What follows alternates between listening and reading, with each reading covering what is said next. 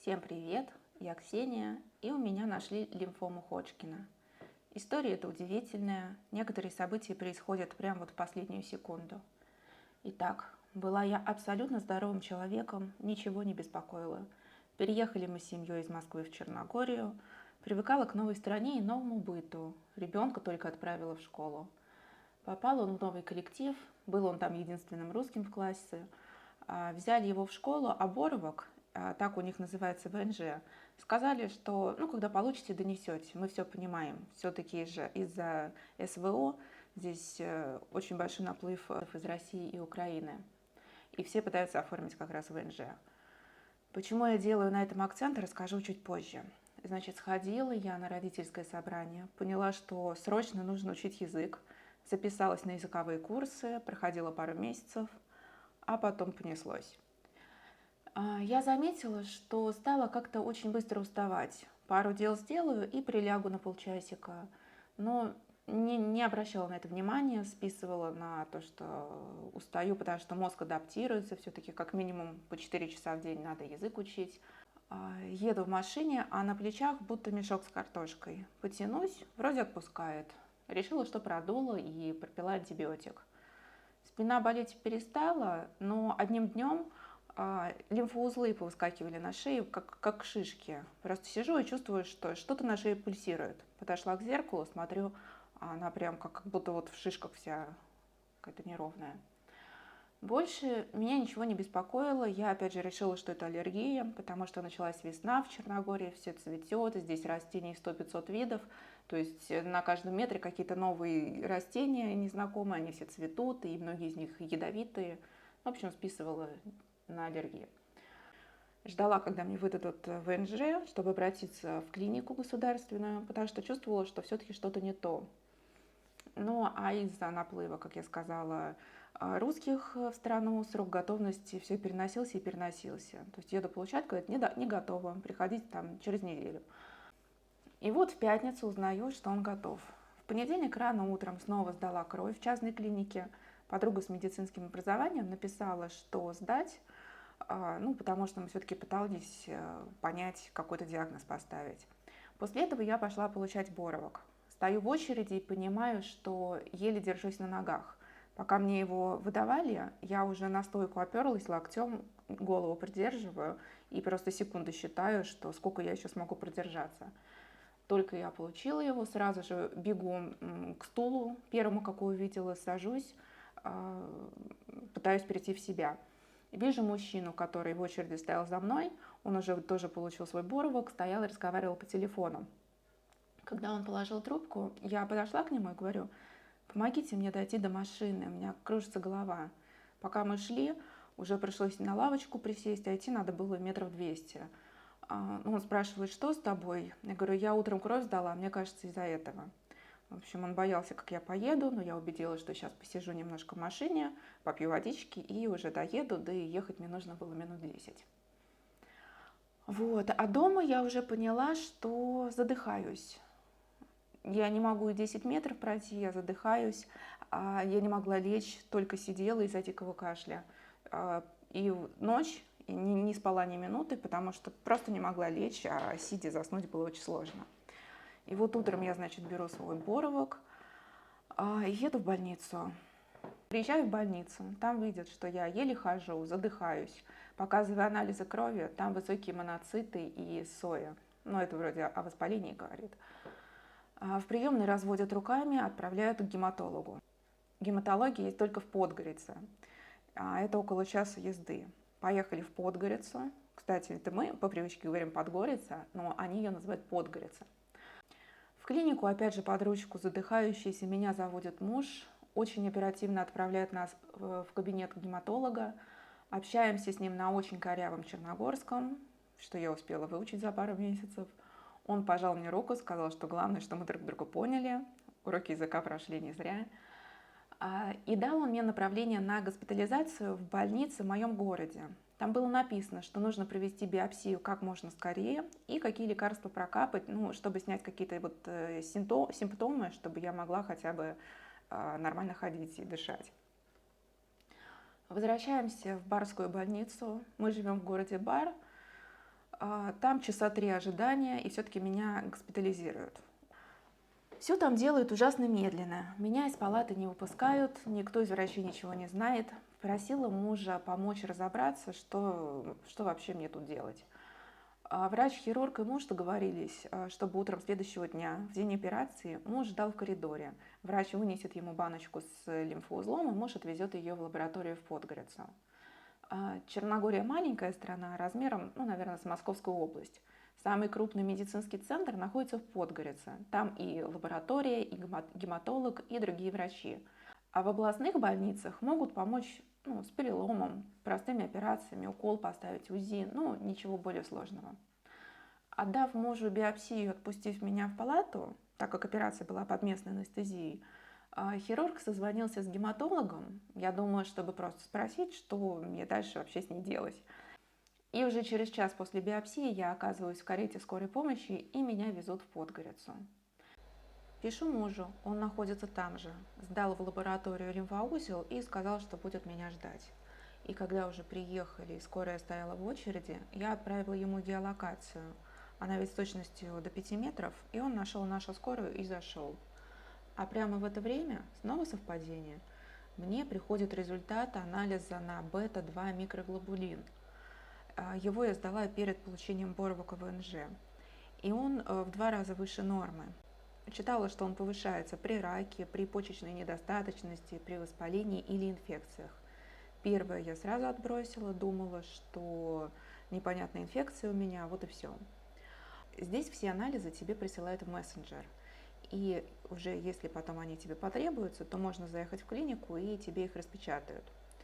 Увидев этот анализ, у меня случается истерика. В таком состоянии меня уже на каталке закатывают в клинику. Взяли экспресс-тест на ковид, дали попрощаться с мужем и заплаканную и обессиленную, потому что утром-то пару часов назад у меня все-таки операция была, уводят в палату. 2 дня я нахожусь в одиночной палате интенсивной терапии, просторная, чистая, санузел с душевой, получаю по 2 капельницы каждый день, ингаляцию, какие-то таблетки. Лимфоузлы еще прощупываются, шея пришла внешне в норму, кашель прошел, кажется, все отлично. Но гематолог, тот, что и в первый раз принимал меня, он не выписывает, говорит, что нужно дождаться биопсии, объясняет это тем, что у вас какая-то инфекция или вирус, он не установлен, я боюсь, что случится рецидив, что это все повторится, и биопсия – это просто подстраховка, я должен убедиться, что у вас все хорошо. Далее меня перевели на другой этаж в отделение гематологии. Язык я не понимаю, но все вокруг говорят про химиотерапию, как бы понятное слово, химиотерапия. Я вижу в палате лысых людей, понимаю, что здесь лечат раковые заболевания, но по-прежнему я убеждена, что просто жду лабораторные результаты, и просто гематолог отправил меня в отделение, которое под его контролем. Вот честно, 14 дней ожидания, 2 капельницы, ежедневные таблетки, но мой мозг даже отказывается думать о чем-то таком. Прогуливаясь по коридору, я увидела препараты для инфузии, и там подписана моя фамилия, сфоткала пузырьки, нагуглила, что это. Это были кортикостероиды, они применяются при лечении рака и для снятия симптомов, тошноты и других, и антибиотик. Но раз врач говорит, что все хорошо, но отпустить не может без анализов, я опять решила, что это он долечивает мое воспаление. Каждый раз после утренней капельницы меня клонило в сон, на час-два я просто дремала. Вечером ставили капельницы с контролоком, и на вопрос «что это?» всегда отвечали «то я за желудец», то есть что-то для кишечника. Шел 15-й день пребывания в больнице, я по-прежнему просила меня отпустить, и вот вечерний обход прошел, время около 22, и муж пишет: биопсия пришла, результаты. Так же, как и анализы, кидают в мессенджеры, и потом можно заехать взять распечатку. Но листик не прислал. Я пишу ему: что там, кидай, чувствую что-то неладное. Он его прислал. Вижу много текста и становится страшно. Ведь если все окей, то должно быть 2 слова: все окей. Убегаю в коридор, сестры отошли метров на 30 от палаты, кричу: извините, то результат биопсии. Они скидывают его врачу, а меня просят вернуться в палату. Я вернулась, начинаю читать, там куча страшных слов про иммуногистохимически положительные зрелые Б и Т лимфоциты, какие-то двухъядерные клетки. Для меня вообще непонятные слова, и в конце написано: картина напоминает лимфому Ходжкина с преобладанием лимфоцитов, и что для уточнения анализа нужен какой-то рентген и что-то еще. Заходит сестра в палату, благо она знает английский. Говорит, что созвонилась с врачом, а время уже далеко за 22. Врач подтвердил, что у тебя лимфома Ходжкина, говорит, что тебе повезло, она лечится намного проще. Я этого не слышу, у меня дикая истерика. Рассказывает, что она работает тут уже 10 лет, и что многие пациенты потом пропадали, и годами их не видно. А это единственное гематологическое отделение на всю Черногорию, и все, кто этим заболевает, попадают только сюда. Говорит: успокойся, сделаем тебе курс химии, все пройдет, но, возможно, потеряешь волосы. Это единственное, что я слышу, другого я уже не слышу, волосы как так.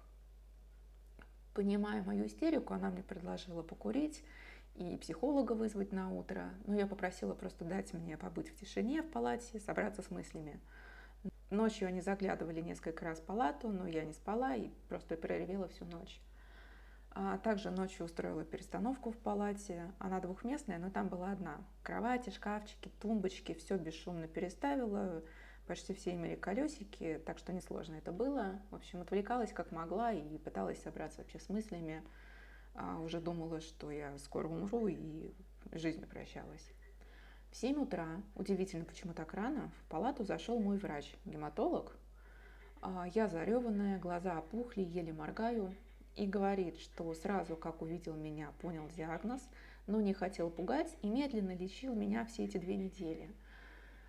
Без анализов, без результата биопсии он не мог начать химию, так как сложно было подобрать протокол, ведь для разных лимфом он разный. Сказал, что мне повезло, что мой вид это самый легкий, 80% полное выздоровление, не плачь, сейчас примешь химиотерапию, самую щадящую, понадобится тебе 2-4 курса и все. Ну, если не поможет, я спрашиваю: а что, если не поможет?